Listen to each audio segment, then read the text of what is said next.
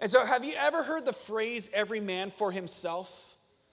Every man for himself, like you guys are all running after something and like it's like the doors or the classroom doors open and it's lunchtime and you're like, every man for himself. You just run and you're just trying to be the first one in line so you don't have to wait for a long time.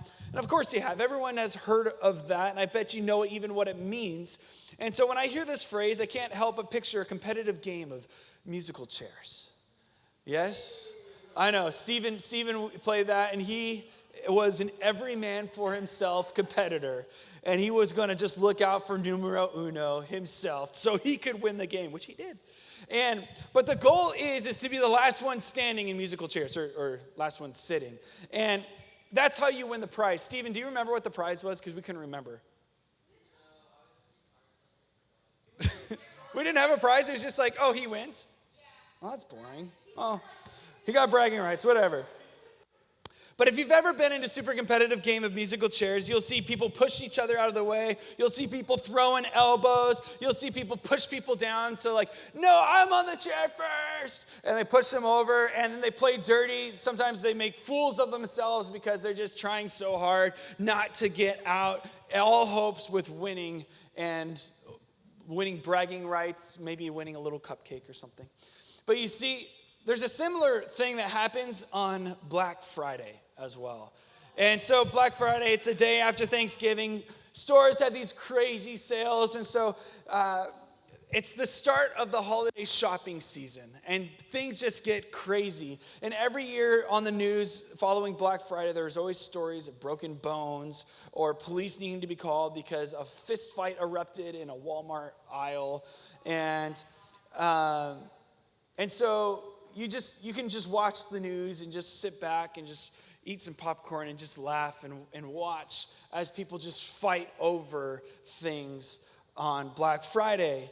And it's during that time, it's an every man for himself. It's bonkers. It's crazy. They're just all going after it. So I went on YouTube and I found a short little video. So let's show this. Wait, watch right here. Yoink!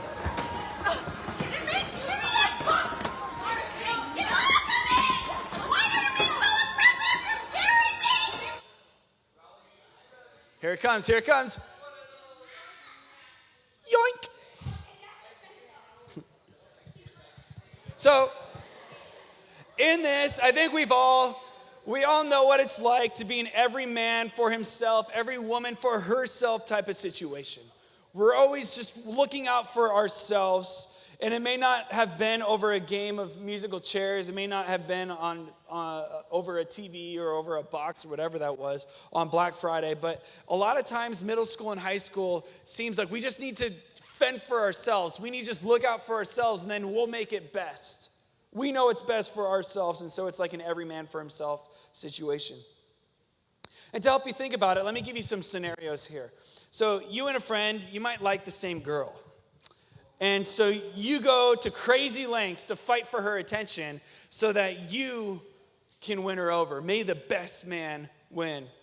Or maybe you're fighting for seats in the cafeteria, ones that are closest to the lunch line. Or maybe it's next to that guy you're low-key stalking. You're like, oh, I just want to be next to him. So you're like, I got to get next to him. Or maybe you're in band. And it's like, for you, it's like, I got to fight for first chair. I got to make this happen. And it's this dramatic story between you and your competition. Or you fight for starting spots on the team, for starring roles that in a play, maybe. Or at home. This is what I know a lot of you guys probably fight over. This is every man for himself. The remote control. And you are fighting your sibling to make sure that you get to watch the show that you want to watch and not the one that they want to watch. And so you're fighting over that. Maybe you fight over the bathroom. Maybe you fight over like who gets the bathroom first. And so it's like, no, I got to get there first. I know that I'm like rooming with Kyle, if any of you guys know Kyle. And so he and I share a bathroom. And so a lot of times when I wake up and then I hear like him going, like my alarm goes off. And then I'm like just laying there for a little bit. And then 5 minutes later, I hear the bathroom door open and then close behind him. And I'm like, oh, no, he got to the shower first. I have to wait my turn now. That's not fun. Or some of you, if you're older too and you have an older sibling who has a car and you guys have to share a car, then you're always fighting over like who can get the car. And so we have plenty of opportunities to look out for ourselves when we're in middle school or we're in high school. And in some ways, it might feel like we're always in a fight for something. We're always trying to fend for ourselves, and we're trying to take care of ourselves. Maybe it feels like we're trying to look out for ourselves because it doesn't feel like anyone else is actually trying to look out for us. And so for the past few weeks, we've been talking about how Jesus wants us to be free people. But that most days, we don't actually feel like we are that free. We feel like we have to do these rules, and we feel like we're anything but free, especially when we're in middle school or high school. We feel like we have all these rules and regulations on us at school, at home, at church even. And we feel bound by rules or limited by managing our image even. So even we feel like we're stuck trying to live up to this standard, and we're always looking at other people like, oh, they're prettier than me, and I can't live up to that standard, and you're trying to, but you feel stuck. And you don't feel free. And sometimes our own actions and choices limit us as well, and we make poor choices, so then we get grounded, and so we lose our freedom. So how are we supposed to feel free when we're always in a fight for a place in line, or a place at school, or a place in the team, or a place in our family? We're always trying to get ahead, but a lot of times it just seems like it's just a grind to make that happen, and it doesn't feel free. And are we really free people if we're constantly watching our back and looking out for ourselves? Are we really free if we're trying to keep tabs on what everyone else is doing and how we measure up to them and where we rank? Is that freedom? Is that living the best life that we can live? If we're being honest, sometimes it feels like we're trapped. It feels like we're trapped to these societal norms that we have to live up to these standards. And it feels like we're being controlled. And as we're being controlled, we also feel like our life is out of control at the same time. And it feels like our lives can be small and cramped and constantly trying to keep our place in line and keep others from walking all over us, so we're taking care of ourselves. And that definitely does not feel like freedom. So, the past couple weeks we spent time looking at the book of the Bible, which is actually isn't a book, it's more like a letter that is written by Paul. And this letter, Paul wrote most of the New Testament. He wrote a bunch of letters to different churches. And this letter that we're talking about today is not just a letter to just everyone. It's written directly to a church in Galatia. And Paul wrote all these letters under very specific circumstances, unique to each church. And so Paul had taught the church of Galatia, he had taught them the gospel. He had taught them it's all about Jesus. How to have a relationship with Jesus is all about the work that he did on the cross so that we can have a relationship with God. So that's what Paul taught them. And he started the church based on that relationship. But a group of teachers came in after Paul and started teaching other things. And they say, okay, you have to abide by all these rules to be a follower of Jesus. And Paul's like, whoa, that's not what I said. That's not what it's about. And we talked about it in week 1 and how they believed that there were certain commands that in the Jewish law that needed to be obeyed to be considered followers of Jesus. And so Paul was upset about that because he knew that Jesus wanted people to be free. He didn't want them to be stuck underneath all these rules and laws. And so he didn't want new Christians to be controlled by a set of rules. And so the entire letter of Galatians is written with the disagreement in mind of saying, hey, no, it's not about all those rules, but it's about living free in Christ. And so this is your first fill in the blank, because Paul knew that when you let yourself begin to think you need to work for God's love and God's approval and God's grace, you start to see people differently. And this is not a good differently. This is a bad differently.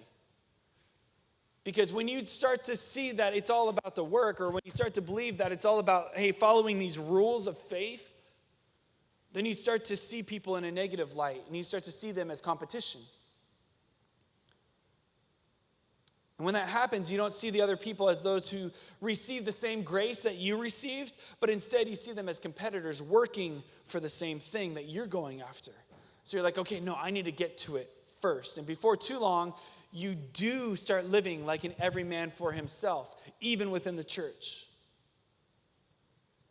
So listen to what Paul says here in Galatians 5. This is verse 13. It says, "For you have been called to live in freedom, my brothers and sisters. But don't use your freedom to satisfy your sinful nature. Instead, use your freedom to serve one another in love." Don't use your freedom to do what an every man for himself type thing. I'm going to take care of myself. Instead, use your freedom to serve one another in love. In other words, your freedom isn't just about you. Your freedom is connected to other people. Your freedom is not just about you. It's not just about looking out for yourself. Your freedom is also to look out for the interests of other people. So Paul drives this message of freedom again and again in this letter, and he is determined to make sure that the Galatians do not forget this. He wants this church to not forget the importance of looking out for other people and loving other people. But he also knows the tendency we all have to take our freedom and we abuse our freedom to benefit ourselves, to improve our standing, to make ourselves look good, to make ourselves look the best, and operate in like it's an every man for himself battle. And a lot of times we're like, oh, I'm free. Well, I'm just going to make sure that I do whatever I want to make sure I look best. So what do you do instead? Paul says, well, don't try to look after yourself. Instead, use your freedom to serve one another in love. He goes on by saying this in verse 14, "For the whole law can be summed up with this one command: love your neighbor as yourself." Love your neighbor as yourself. So it's a great move by Paul to say this. It's important for him to say this because remember, there's a group of people who are being told that it's about the laws, about these rules that they were supposed to follow, and for them to obey in order to actually be followers of Jesus. So Paul, he basically puts it and lays it all out on the table. And he says, okay, guys, it's not about this. This is the final say. You say there's more to the law they need to obey. I say the law is summed up by loving each other. That's it, guys. Drops the mic. That's it. It's all about loving each other. But Paul wasn't just trying to make a point. He wasn't just trying to say, hey, you got to do this. But he really believed the whole law was summed up with this command: love each other. Love people well. And when we say love, it doesn't mean just love your best friends, because that's easy to do. But love the people who are hard to love. Love the people who are uncomfortable around you. Learn how to love them and respect them. He believed it because it was literally something that Jesus said. And so he said, I'm just repeating something that Jesus taught. And Paul goes on to say in verse 15, "But if you are always biting and devouring one another, trying to eat up other people because you're trying to look out for yourself, watch out. Beware of destroying one another." When you're just looking out for yourself, it's like Black Friday, and I'm going to destroy other people because I'm going to just take care of myself. In other words, there's more on the line than just your freedom. There's more on the line than just your freedom. There's the health and the wholeness and the happiness of other people on the line as well. It's your job to make sure that other people feel free as well. So when we don't use our freedom for good, and when we forget the freedom we have, we begin to live and behave like in a way that's every man for himself. And that starts to go negative. It starts to become very dangerous. Because here's the deal. You can use your freedom for anything. The choice is yours. You can use your freedom to love people, or you can use your freedom to hurt people. And so Paul is saying that, hey, your standing before God is not at risk because of your behavior or from following or not following the things of the law. You're not going to be having a better standing because of you not following the law, but that doesn't make your decision on how you use your freedom any less important. We need to use our freedom for good. But when we don't, there's still going to be consequences. There's going to be consequences for when we just look out for ourselves and we don't look out for other people. Sure, you may be free to talk about others, the things that bother you and that annoy you and that make you so angry. You may be free to talk about that. You may be free to judge the good behaviors or the bad behaviors of people. You might be like, oh, they're just such a goody two-shoe. They're dumb. Or you might be like, oh, I can't believe they're making those choices. That's terrible. You're free to make those options. You're free to tear each other down, bringing attention to the way that others may be doing something wrong to make yourself look better. You're free to make fun of each other and laugh at each other, but not without consequences. There's consequences that come when you're doing those things. It will cost you, and it will cost others as well. It will eventually destroy you, and it will destroy other people. Because what you're doing is you're only looking out for yourself. Because in this every man for himself way of thinking, of tearing other people down to make yourself look better, you are hurting them, and you're also hurting yourself. When you are gossiping about people, when you are trying to tear people down because you don't like the way they did things, that doesn't just tear them down, that ultimately tears you down because people stop trusting you. Because if someone is gossiping about someone else, if someone's gossiping about someone else to you, they're probably gossiping about you to someone else. So what ends up happening is that you lose trust with them because they're gossiping. And what ends up happening is that's a negative consequence to your relationship. And you don't want to live in a world where no one looks out for the other people, where they're just tearing people down. You don't want to be in a friendship where someone just tears other people down. They're always negative.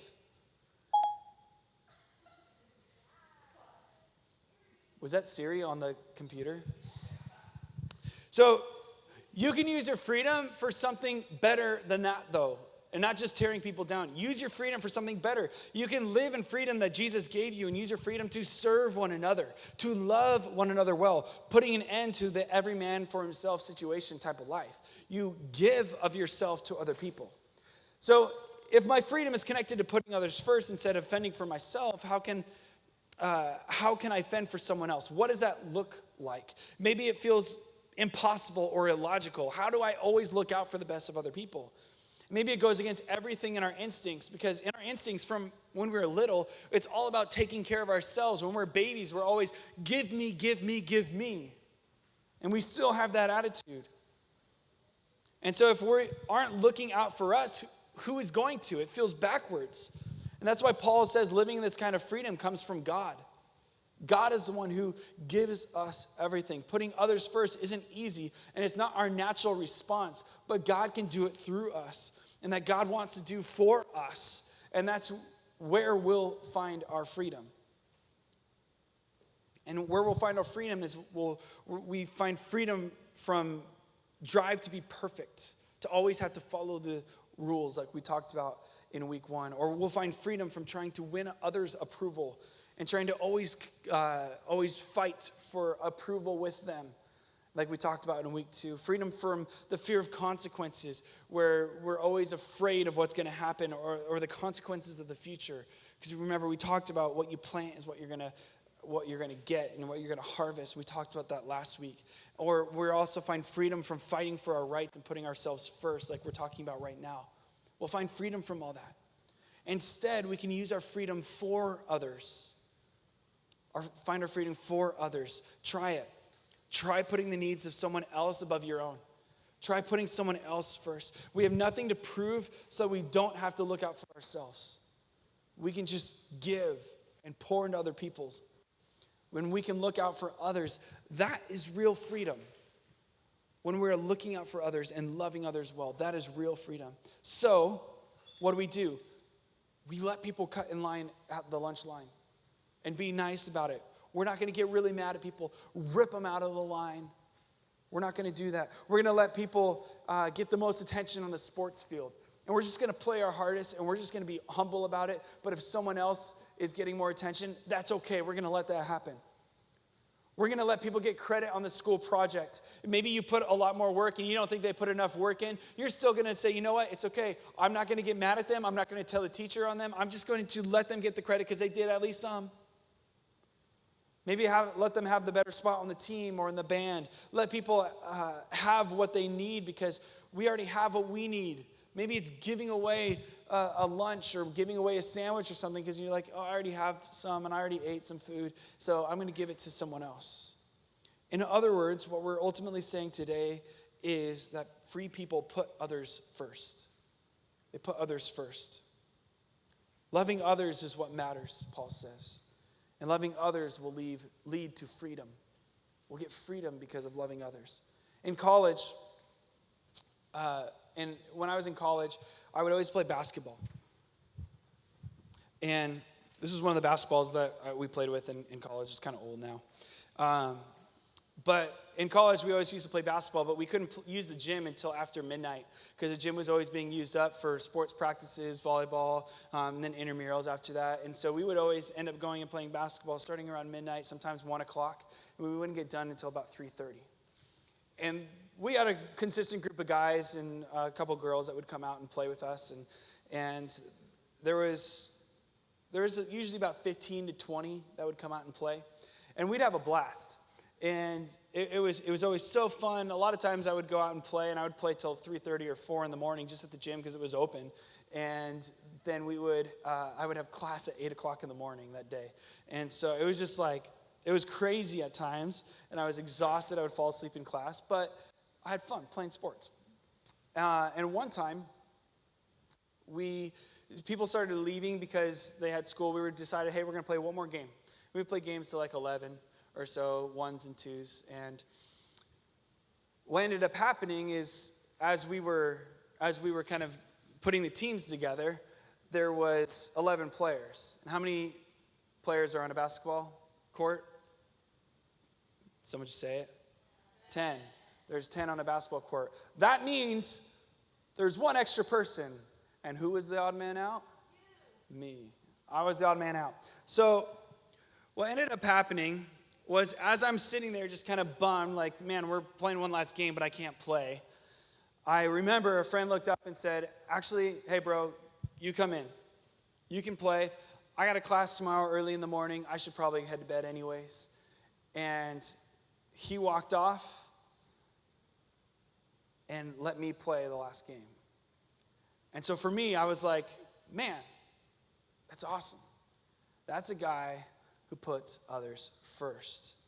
And that was something super small, nothing even that big. That doesn't need to be a big thing. You don't need to make it a big deal. But if you can make your life consistently those small ways of putting others first and just saying, hey, I'd love to play right now, but you know what? I'll go to bed and you can play. That's just a small way of putting other people first. And I know this may seem impossible to you. This may seem like, man, I don't want to do that. Because I know the idea of finding freedom by doing things for others seems like it doesn't even make sense. Like, I want to look out for myself. Because everything in our culture says, hey, look out for yourself. Take care of yourself. But what if you committed to trying this out for a day? Maybe when you go back to school on Tuesday. Or maybe for the rest of this week. It's a shortened week. And so you know what? Every action I do, I'm going to let other people be first. What might happen in your school or even in your family with your siblings or a friend group if you decided to use your freedom to lift others up? How would it change the way you saw one another? And what would the emotional temperature be in the room? How would that change? And think about the flip side. What if you experienced someone putting you first? Kind of like I experienced with my friend. You know how great that feels? Like, man, that guy's great. So imagine if everyone here decided to make it a goal to put others first. Say, hey, you know what? Let me hold the door open for you as you walk in. You can walk first, but let me hold the door open. What would happen is there would be more peace, there would be less worry, and there would be more freedom. There'd be more peace. People wouldn't be fighting after each other. It wouldn't look like the Black Friday video. There'd be less worry. People would be less stressed out because they just know that everyone's loving and encouraging each other. And there'd be more freedom, which is what we're talking about, living as free people. So when you put others first, you're going to change their world. You may even change the world. And I think that's what Jesus had in mind. when we as Christians are living in our freedom, we're putting other people first. And so today, choose to make it your mission to use your freedom to live differently and treat others differently, to love other people well. Try it out. You just may be surprised on how it worked out. So let me pray. Father God, I just thank you so much for your goodness. You are so gracious towards us. You help us live free, God. Relationship with you is just so amazing and beautiful. And God, we are just so thankful for the work that you did on the cross so that we can have a life with you, so that we can be free people in you. And so God, we just pray that this week we can be different, that we can put others first no matter what we're doing. So God, you are good. With all heads bowed and eyes closed, if you're someone here and you just say, you know what, I'm hearing about Jesus right now for the first time, and I need to give my life to him because I really truly believe that God does change our lives. He gives us a free and new life in him. If that's you and you just say, you know what, I want to give my life to Jesus for the first time, you want to just raise your hand right now, just so I can pray for you. Anybody? All heads down, eyes closed. Anybody want to give their lives to Jesus? Just say, you know what, that's me. All right. Father God, I just pray that this week that we're just challenged to live for you. I pray that we're safe. I pray that we live our freedom, not so we can look out for ourselves, but freedom to love other people well. We just love you, Jesus. Pray this in your name. Amen.